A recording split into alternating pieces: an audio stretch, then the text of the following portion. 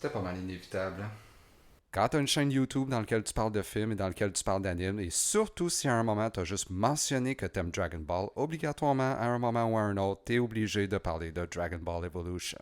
Je pense qu'il n'existe pas un film sur la planète qui enrage plus les otakus du monde entier que Dragon Ball Evolution. Tu fais juste mentionner le titre à un fan de Dragon Ball et il y a deux réactions possibles. Soit un déni complet de l'existence du film, ou quelque chose qui ressemble à ça.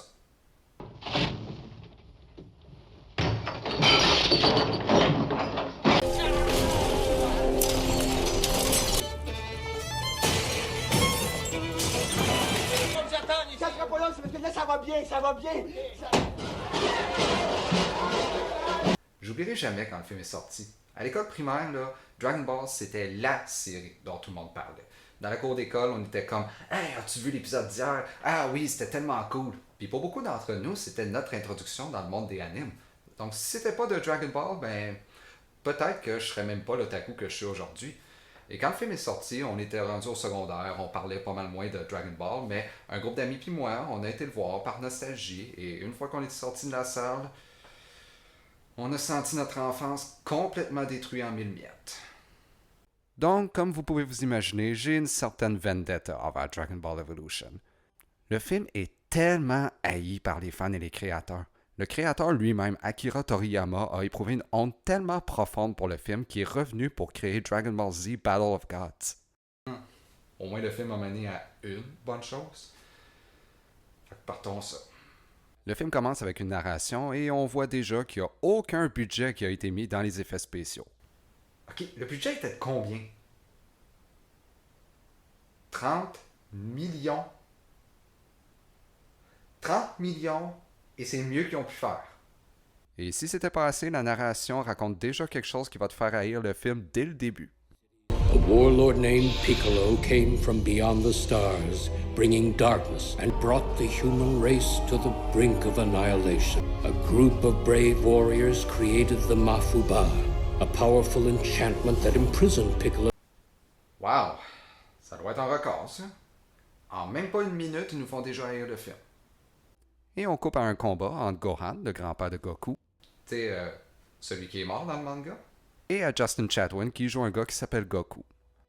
Je dis un gars qui s'appelle Goku, parce que ça, c'est pas Goku de Dragon Ball.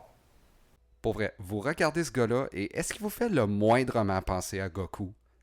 Le niveau de ressemblance est au même niveau que s'ils avaient pris Dwayne Johnson pour jouer Mob Psycho. Ok, il a pas du tout le même âge ou la même apparence, mais tant qu'il capture au moins sa personnalité. Teach me how to get the girl. Teach me how to talk to her without stumbling all over everything. No, I'm different. I know that, and they know that too. They push me so far. Yo, I could tear them apart with one hand. Ok, scénariste, je vais te montrer quelque chose, ok? Ceci, c'est un manga de Dragon Ball. Je te le montre et je te dis c'est quoi parce que clairement, tu n'en as jamais vu un avant. Si tu regardes juste les premières pages, tu verras que dans les 5 premières minutes du film, tu as complètement fucké 4 aspects primordiaux. Premièrement, Goku, c'est un enfant, pas un adolescent. Oui, il devient un adulte plus tard, mais le film est clairement supposé se passer au début de la timeline. Deuxièmement, Gohan, il est mort avant le début du manga. Troisièmement, Goku veut pas savoir comment se pogner des filles. Avant de rencontrer Bulma, au début du manga, il a jamais vu une fille de sa vie. Quatrièmement, il veut pas se venger de qui que ce soit, là. Avant de rencontrer Bulma, il a jamais interagi avec un être humain, à part son grand-père. Il a juste interagi avec des animaux, c'est un enfant heureux. Incroyable. Comment tu fais pour autant fucker un personnage dans les 5 premières minutes? Et tout le monde aime pointer Justin Chatwin pour avoir ruiné le personnage. Et oui, c'est un horrible choix de casting. Et oui, il est très mauvais dans le rôle. Yo, I could tear them apart with one hand. Très, très, très, très, très mauvais. Mais je vais le dire, je blâme pas entièrement l'acteur. Parce qu'il y a des scénarios, des fois, qu'aucun acteur au monde, même les plus talentueux, peut possiblement rendre crédible, et ça, c'est un d'entre eux. Et Chatwin, même s'il est mauvais ici, qui était mauvais dans War of the Worlds, je trouve peut être talentueux. Il nous l'a montré dans la série Shameless et dans Bang Bang Baby. Donc, je trouve que c'est pas fair de complètement blâmer l'acteur. Le scénariste et le réalisateur ont clairement leur part de responsabilité aussi. Donc, poursuivons. Goku s'entraîne avec Gohan. Wow! On voit surtout pas l'écran vert en arrière, hein? Et honnêtement, j'ai aucune idée en quoi l'entraînement consiste, ni c'est quoi le but, ni si les acteurs ont la moindre idée de ce qu'ils sont supposés faire. Goku finit par battre Gohan en envoyant une mouche tellement crédible dans la bouche de son grand-père. Et Gohan lui donne probablement les conseils les plus clichés au monde. You must have faith in who you are. Puis il lui donne la Dragon Ball à 4 étoiles et Goku est juste comme cool. Puis Goku part pour...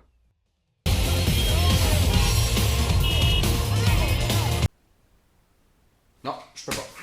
Je peux pas. Je peux pas. Non, je pourrais juste pas. Non, je peux pas. Je suis désolé, là, mais je suis pas capable. Non, je suis capable d'en prendre, là, mais il y a toujours des astuces de limites.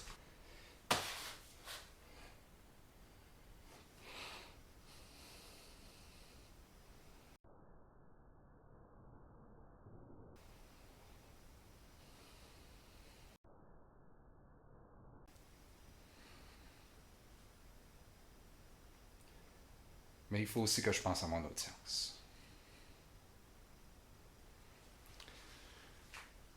Donc ici, Goku est un étudiant du secondaire qui se fait intimider par des bullies ultra clichés et il a tout le temps de la rage contenue et une veine qui lui sort constamment du front. The vein is bigger than I've ever seen it. Et juste pour vous rappeler que c'est Goku, il porte un hoodie orange et bleu. Et soudainement, on coupe à Piccolo, joué par James Marsters. Oh my god! Spike! Spike! Oui! Spike! T'es capable de sauver le film, là! It's not here. Take my vengeance upon the earth. Fuck you. Fuck you. Fuck you. Fuck you. Fuck you! Hey, quand James Marsters, Spike lui-même, peut même pas sauver un film, tu sais que t'es dans la merde solide.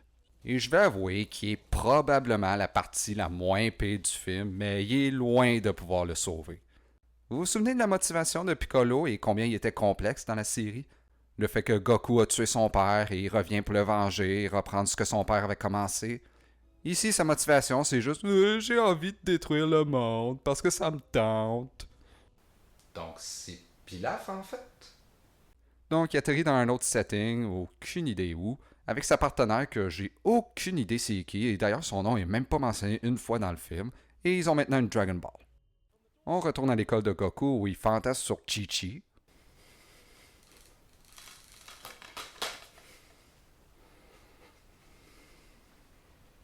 Et il fait cette expression-là. Fais plus jamais cette face-là pour l'amour de Dieu. Et le prof le pogne et lui pose une question sur l'éclipse. What? What might our ancestors say about the upcoming solar eclipse? Oh, well, my grandfather would say beware of the Nemeks. Yeah, they're an alien race that nearly destroyed Earth over 2,000 years ago. Oui, les Namek ont failli détruire la Terre. Les Namek, c'est des pacifistes. Ils feraient jamais quelque chose comme ça. Donc après, Goku va parler à Chi-Chi.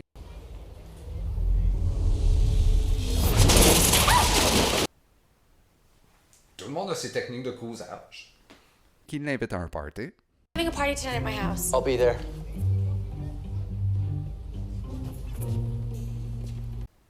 C'est la première fois qu'ils se parlent. Elle l'invite et elle lui donne même pas l'adresse.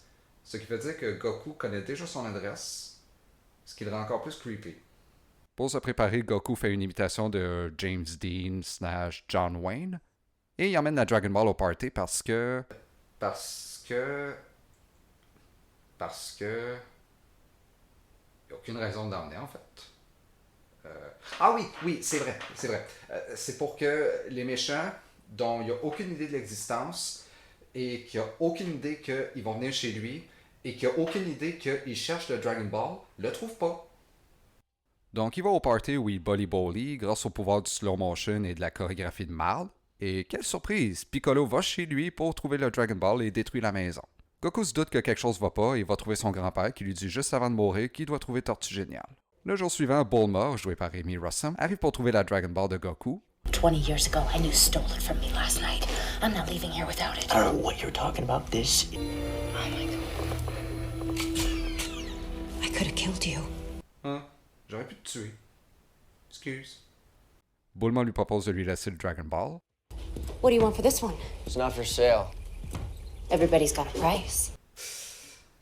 Avec ce gars-là, je te conseille pas de lui offrir la même chose que tu lui offres dans le manga. Petit conseil. Dragon Ball Energy. DBE. Catchy name. Oh wow. DBE. La poignez-vous. Dragon Ball Evolution.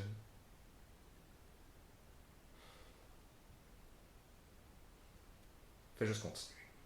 Après, ils partent dans une moto qui se fait miniature. Right?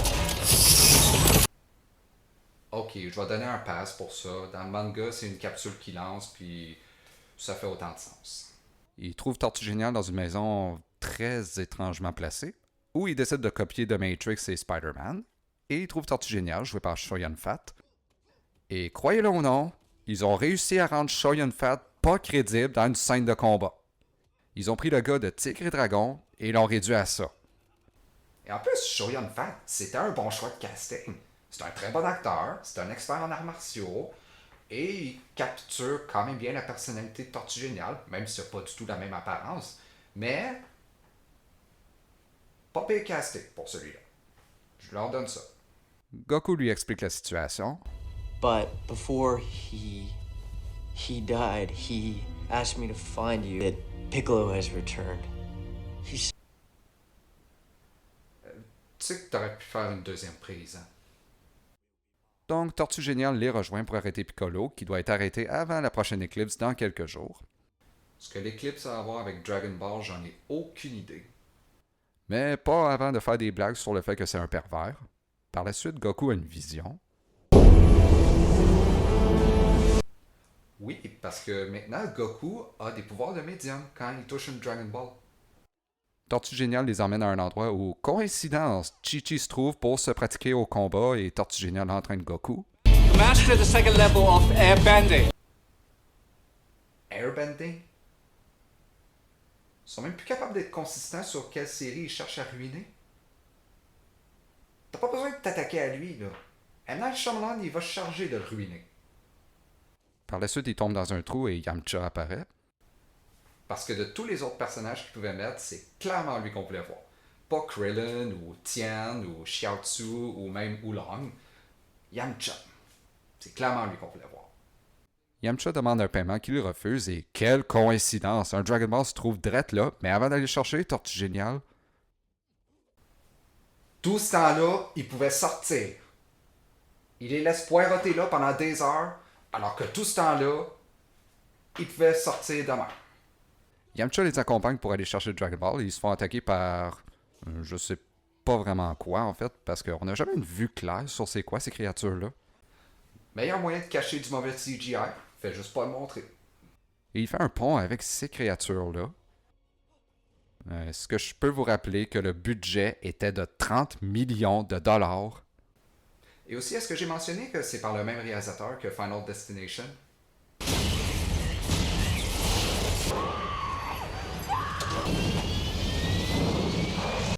Qui a été fait avec un budget de 23 millions. Goku a une autre vision où une créature nommée Ozaru, qui a été mentionnée à la narration du début, va tous les tuer et Tortue Géniale vient avec un plan qui explique à un vieux sage joué par Winston. Je sais pas vraiment c'est quoi le plan, mais la seule chose qu'il faut retenir, c'est... The plan sucks. Il y a un tournoi et Bulma et Yamcha tombent en amour comme dans le manga. Tortue Géniale montre à Goku à faire le Kamehameha et devinez quoi, ils ont ruiné ça aussi. Honnêtement, rendu ici, j'aurais été surpris s'ils avaient bien fait le Kamehameha. Tortue Géniale lui dit d'allumer toutes les torches et Goku y arrive pas. Ce qui fait aucun sens parce que dans le manga, il le fait parfaitement la première fois qu'il essaye. Mais ici, il réussit seulement quand Chi-Chi vient lui proposer une récompense s'il réussit. Et au cas où vous en seriez pas rendu compte, ici, le seul but de Chi-Chi, c'est d'être le love interest de Goku et apporter des scènes sexy au film. Dans le manga, il est tellement plus que ça. Dans le manga, c'est une guerrière, c'est une combattante, c'est une mère et une épouse dévouée. tellement dévouée qu'elle piège Goku à la marier. Ce qui est pas si mieux que ça, en fait. Mais Goku avait sa part de responsabilité à accepter avant même de savoir c'est quoi le mariage. Mais en fait, cette Chi-Chi-là, c'est une fausse. C'est en fait la partenaire de Piccolo qui peut changer de forme et ça résulte bien sûr à un combat entre la fausse et la vraie Chi-Chi. Goku se trompe et frappe la vraie Chi-Chi, ce qui mène à la fausse à le tuer presque avec une arme random. Et ici, on découvre un autre pouvoir du Kamehameha. D'habitude, c'est fait pour endommager et détruire, mais ici, apparemment, ça a le pouvoir de guérir. Et pendant le coma, Goku a une vision de son grand-père qui continue ses conseils clichés de vieux sage. Always have faith in who you are. Ah, t'es as presque tous nommés, là. Il te manque juste There's no such thing as bad student, only bad teacher. Do or do not, there is no try. Et best way to block, not be there. Ensuite, Piccolo amène les Dragon Ball au Dragon Temple pour ramener Shenlong. Encore un ajout qui fait aucun sens pour pouvoir donner le temps aux héros de les arrêter. Parce que dans le manga, ils ont juste à rassembler les Dragon Ball. Ils ont pas besoin de le faire dans une place en particulier. Combat entre Goku et Piccolo, où il met son suit pour nous rappeler que c'est Dragon Ball qu'on regarde, et révélation choc. When the blood moon eclipses the sun, you will become Ozaru. Oui, donc en fait, Ozaru, c'est la forme de singe que Goku prend quand c'est la pleine lune, pas l'éclipse. Mais la narration du début dit que Ozaru a aidé Piccolo il y a des milliers d'années. Donc ça voudrait dire que Goku est âgé de plusieurs milliers d'années. What the fuck? Donc Goku devient Ozaru, et quelle surprise, c'est un design de marde. Piccolo le contrôle et Goku tue Tortue Géniale, mais avant de mourir, Tortue Géniale fait en sorte que Goku reprenne le contrôle de lui-même et un autre combat de mauvais CGI. Ah oui, son assistant se fait tuer par Yamcha aussi. Mais Goku fait juste un petit Kamehameha et il gagne. Shenlong apparaît et ils utilisent leur vœu pour ressusciter Tortue Géniale. Ils auraient pu ressusciter Gohan en même temps, mais fuck him.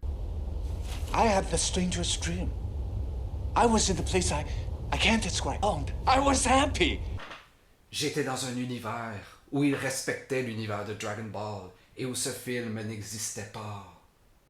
Goku retrouve Chi-Chi et il décide de se battre en slow motion et fin. Mais pas avant une scène dans les crédits où on voit Piccolo qui est ramené à la vie.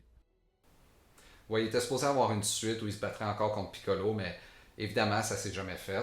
Et maintenant, c'est réellement fini. Et qu'est-ce que je peux dire? C'est horrible!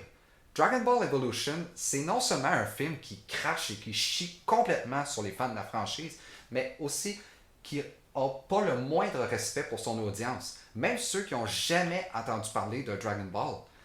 En plus de pas respecter le moindre aspect de la franchise, les acteurs sont horribles, la plupart en tout cas. Les effets spéciaux sont horribles. La réalisation est atroce. Et le scénario a tellement de plot holes que même Ed Wood ferait. Are you people insane? Et même si c'était pas basé sur Dragon Ball, c'est un film qui fonctionne pas sur le moindre aspect. Et maintenant que c'est terminé, j'ai plus à me retenir.